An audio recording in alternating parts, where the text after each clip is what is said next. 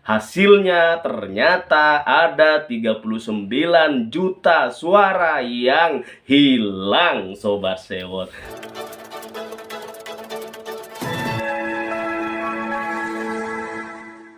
Assalamualaikum warahmatullahi wabarakatuh. Alhamdulillah wassalatu wassalamu ala Rasulillah wa ala alihi wa ashabihi wa mawalah, la haula wala quwwata illa billahil aliyil azim. Sobat Sewot yang dirahmati Allah dan disayangi Rasulullah sallallahu alaihi wasallam. Berdasarkan hasil kertas suara Pilpres yang diumumkan oleh KPU, setujukah kalian bahwa paslon 02 menjadi pemenang Pilpres 2024? Oke, kita lihat hasil polling ya yang dilakukan di media sosial X atau Twitter. Ternyata Sobat Sewot yang nggak setuju itu sebanyak 81% dari masyarakat Indonesia.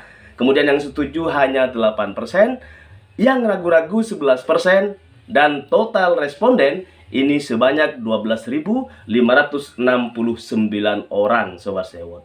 Nah, Sobat Sewot yang dirahmati Allah dan disayangi Rasulullah Shallallahu Alaihi Wasallam, dari hasil polling tersebut bisa tarik benang merah ya, bahwa hasil hitung resmi KPU sangat wajar jika diduga settingan yang TSM. Sehingga pemilu 2024 sangat pantas dan layak untuk disengketakan di Mahkamah Konstitusi. Sobat Sewot, perlu diketahui bahwa sengketa Pilpres atau yang secara resmi disebut perselisihan hasil pemilihan umum, saya ulangi, disebut perselisihan hasil pemilihan umum atau PHPU ya, untuk pemilu presiden 2024. Ini merupakan langkah konstitusi yang diambil pasangan Anies Mohaimin dan paslon 03 usai KPU RI mengumumkan hasil suara sah untuk Pilpres 2024. Nah, Sobat Sewot yang dirahmati Allah dan disayangi Rasulullah Shallallahu Alaihi Wasallam, kita lihat calon wakil presiden atau cawapres paslon Amin ya, pasangan nomor urut 1 yakni Muhaimin Iskandar alias Caimin, ini meminta doa kepada para relawan untuk persiapan sidang perdana sengketa pemilihan presiden ya, pemilihan Pilpres ya 2024. Nah, sidang di Mahkamah Konstitusi Sobat Sewot ini rencananya akan digelar pada hari Rabu ya. Hari Rabu tanggal 27 Maret 2024.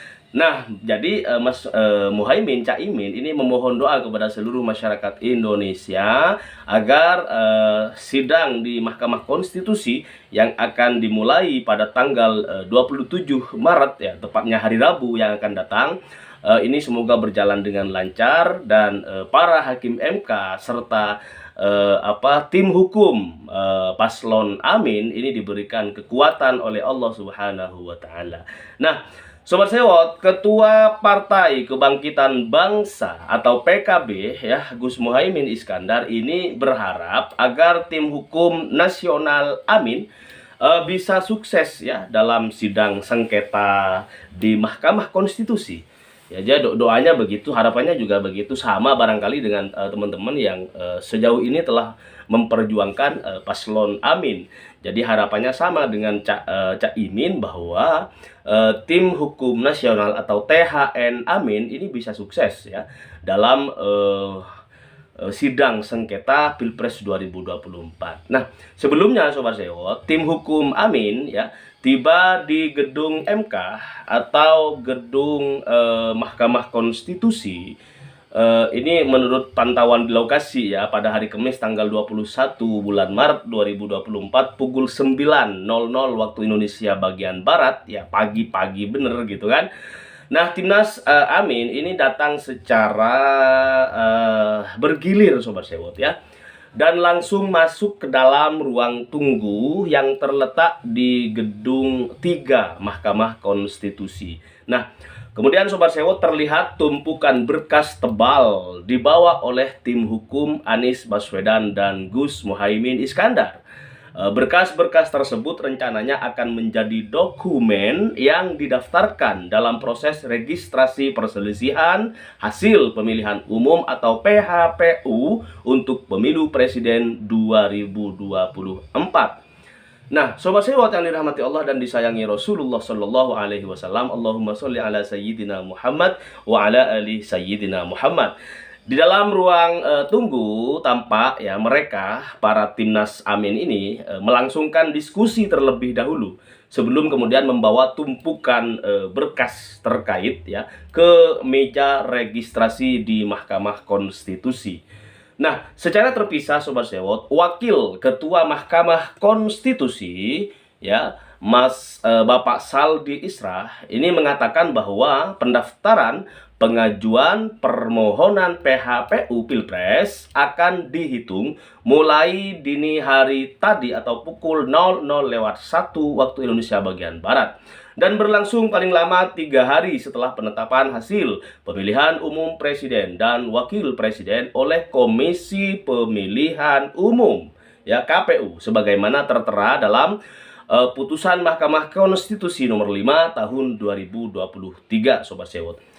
Nah, senada dengan hal tersebut, Sobat Sewot yang dirahmati Allah, Sekretaris Jenderal ya Sekjen Mahkamah Konstitusi Bapak Heru Setiawan beserta Kepala Biro dan Pusat Mahkamah Konstitusi Saldi memastikan seluruh perangkat utama pengajuan permohonan yang disiapkan di Mahkamah Konstitusi di Gedung 1, 2 dan gedung 3 MK ya telah siap sedia memberikan layanan prima bagi para pihak yang terkait. Nah, utamanya Timnas Amin dan Paslon 03 sebagai penggugat di Mahkamah Konstitusi terkait Pilpres 2024 yang diduga banyak sekali kecurangan ya, banyak sekali pelanggaran-pelanggaran pemilu mulai dari sebelum dilaksanakan pemungutan suara di tempat-tempat pemungutan suara seluruh Indonesia di TPS-TPS gitu kan. Nah, Sobat Sewot yang dirahmati Allah dan disayangi Rasulullah Shallallahu Alaihi Wasallam, Allahumma sholli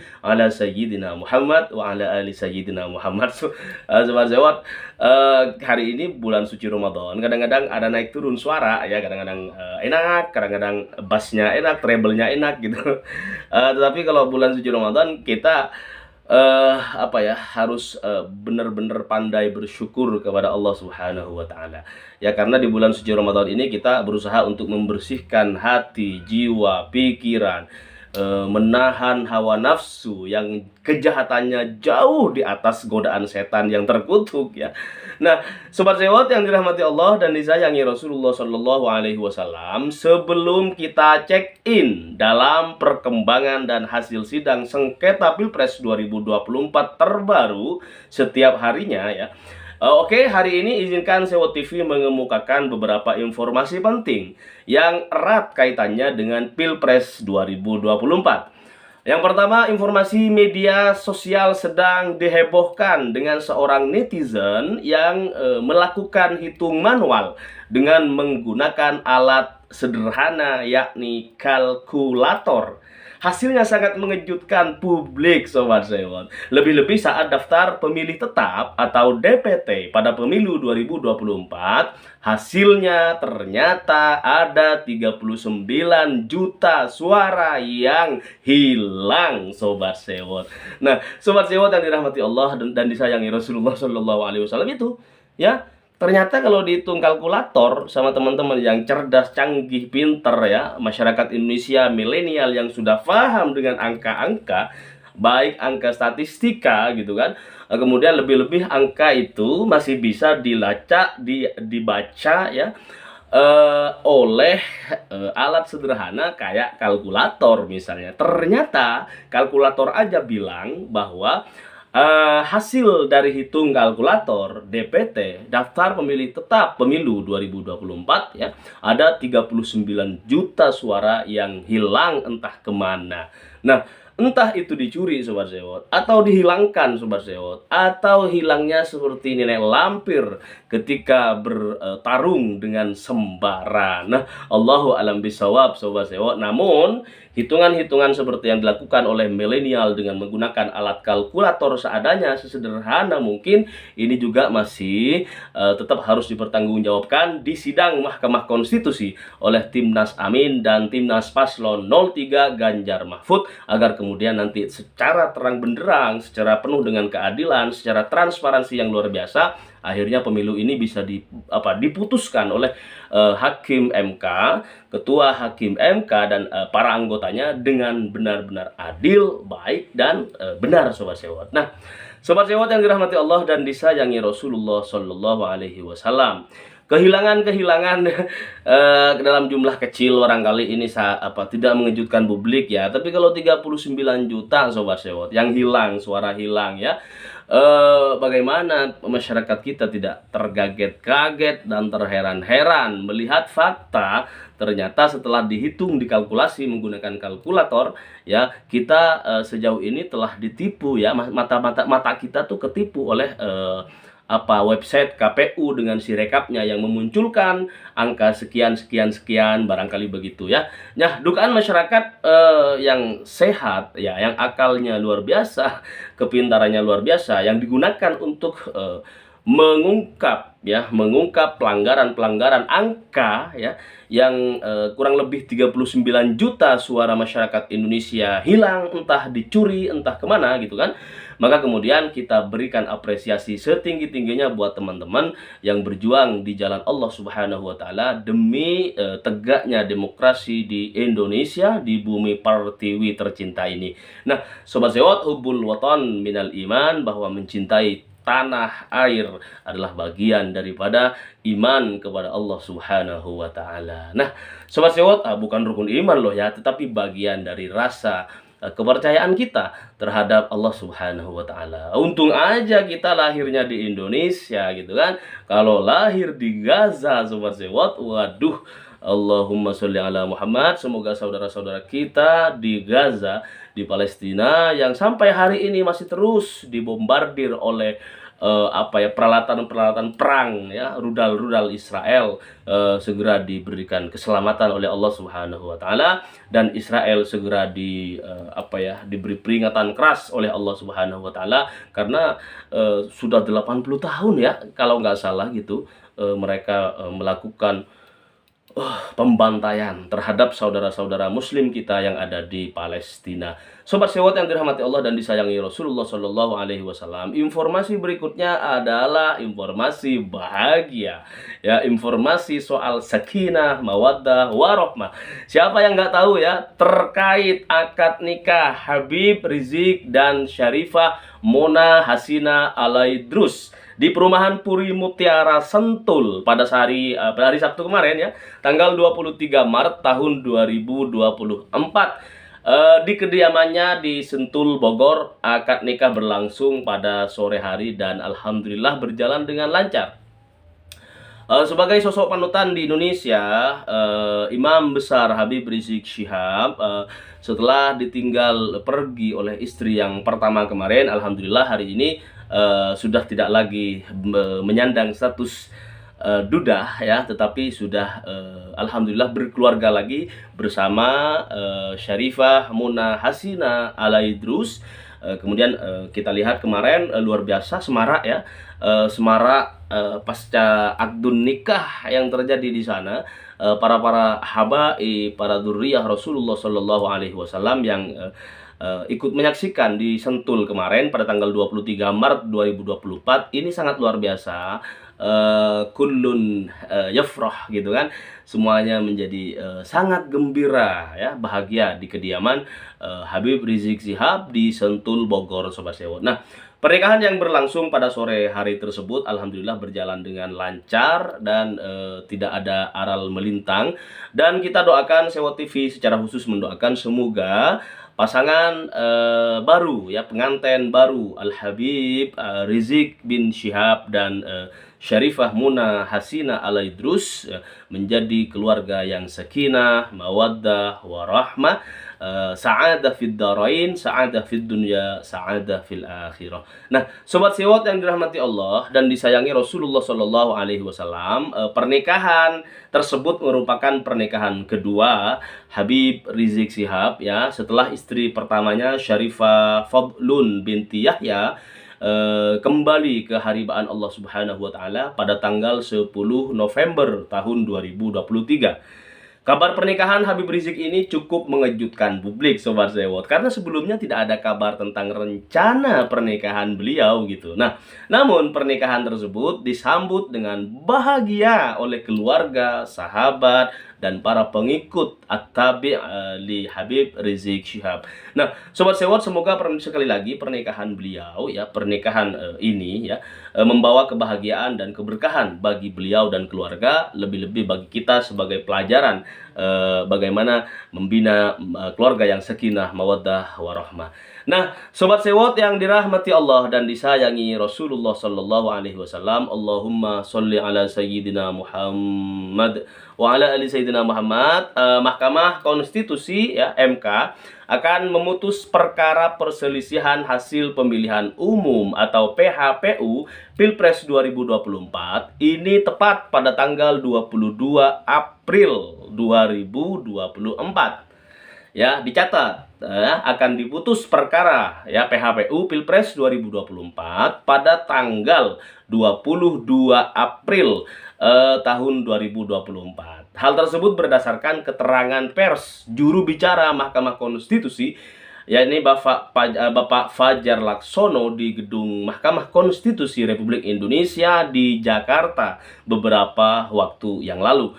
Nah, jadi dari tanggal 25 Maret Sobat Sewot sampai 22 April ya 22 April itu adalah hari kerja ke-14 setelah registrasi. Jadi ujungnya pada hari kerja ke-14 itu, mau tidak mau Sobat Sewot, Mahkamah Konstitusi atau MK harus memutuskan perkara PHPU Pilpres 2024.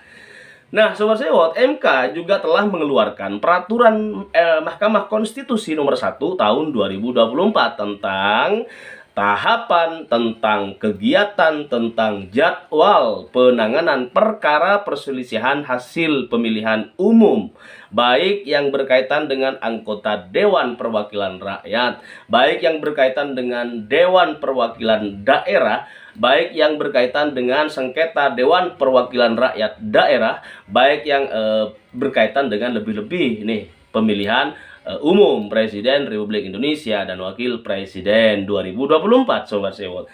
Nah, Sobat Sewot yang dirahmati Allah, peraturan MK ya nomor 1 tahun 2024 tersebut ini diteken oleh Ketua Mahkamah Konstitusi Bapak Suhartoyo pada tanggal 18 Maret 2024. Nah, berikut tahapan dan jadwal pelengkap penanganan PHPU Pilpres 2024.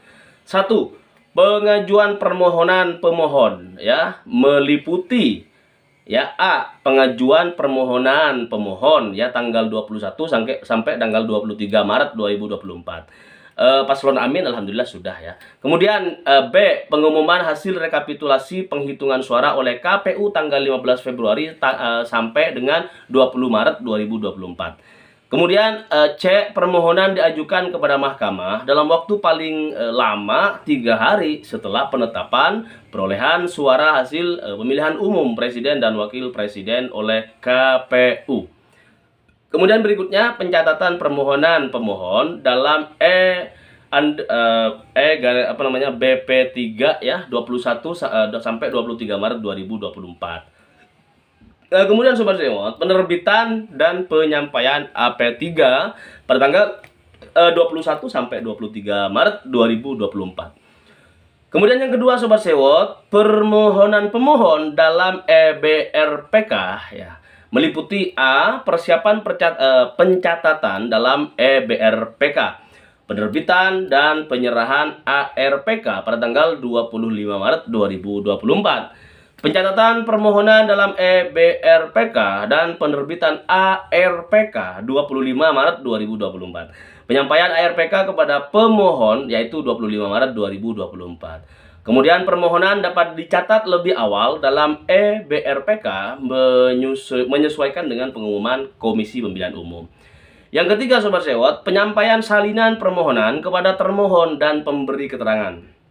Kemudian ini meliputi penyampaian salinan permohonan pemohon pada tanggal 25 Maret 2024. Yang keempat Sobat Sewot, permohonan sebagai pihak terkait ya. Ini meliputi pengajuan permohonan sebagai pihak terkait. Ini antara tanggal 25 sampai 26 Maret 2024. Kemudian yang kelima, penetapan sebagai pihak terkait meliputi penerbitan ketetapan sebagai pihak terkait pada tanggal 25 sampai 26 Maret 2024. Berikutnya, penyampaian ketetapan sebagai pihak terkait 25-26 Maret 2024. Yang keenam, pemberitahuan hari sidang pertama kepada para pihak dan pemberi keterangan ya. Ini meliputi pemberitahuan hari sidang pertama yakni pada tanggal 26 Maret 2024 Sobat Sewot. Nah, Sobat Sewot yang dirahmati Allah dan disayangi Rasulullah SAW, kita break dan kita akan lanjut lagi soal sidang di Mahkamah Konstitusi ke depan, dan kita akan terus memberikan informasi terkait sidang demi sidang yang akan berlangsung di Mahkamah Konstitusi buat kalian semuanya Sobat Sewot. Semoga semuanya diberikan kesehatan oleh Allah Subhanahu wa taala. Rabbana taqabbal minna sholatana wa siyamana wa qiyamana wa ruku'ana wa sujudana wa tasbihana wa tammim taksirana ya ilahana ya ilahal alamin. Wa sallallahu ala sayyidina Muhammad wa ala alihi wa sahbihi wasallam. Assalamualaikum warahmatullahi wabarakatuh.